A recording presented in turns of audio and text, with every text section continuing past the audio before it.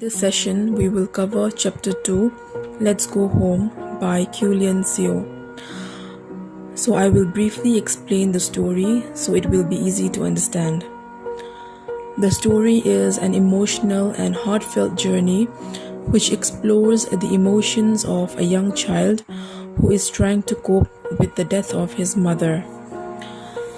So here the story begins with a bunch of students who are going to school in the school bus.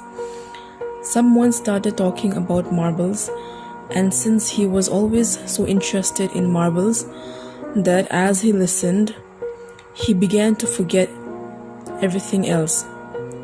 Then later, when he realized that, he could not believe how he could have forgotten like that. Everyone had thought that he was too sensitive and absent-minded. Then, when they reached school, all the students were happy that it was Saturday because the next day was Sunday, and everyone, including the teachers, were also very happy as they were all looking forward to the next day as it was holiday. But for the boy, on Saturdays, since he had lost his father at a very young age, he and his mother spent their time together and had fun at home, which meant a lot to him. Then their class began at 8:30, and since it was Saturday, the class began with reading, and it was always an exciting period because their teacher, Miss Morse, rewarded the first 3 boys who read best with the 3 colored action postcards. He would always look forward to it. Then after the reading class, it was arithmetic, which was not exciting for him as he would always fall asleep during the class. And then he would get punished later on. But on that day, their teacher, Miss Morse, did not punish him because she felt sorry for the boy as he had recently lost his mother.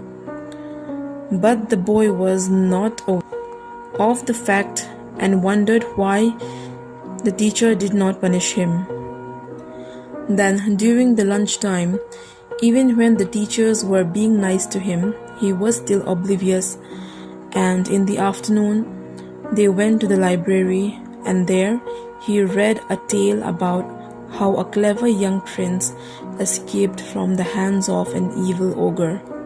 He really enjoyed the tale and thought to himself that he would tell it to his mother when he gets home so he could enjoy it all over again with her. And then the bell rang and it was time to go home.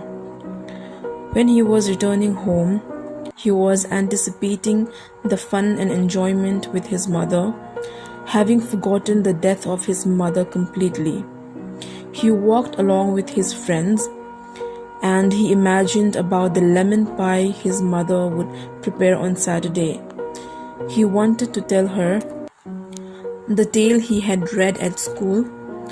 His mind was filled with all kinds of activities so deeply that he also forgot about the house where he stayed with his mother. The boy's happiness suddenly disappeared when he reached home. He was reminded the death of his mother. He slowed down his walking and came to a dead stop. Everything was quiet and strange. And then he realized that he was not living there anymore, as he was now living at his aunt's house up the hill. At that moment, he stood still, and all he could do was cry quietly. So here the story ends there.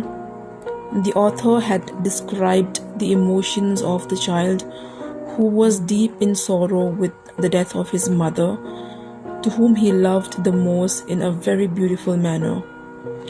With that being said, I hope you all understood the story. So that is all for today's session.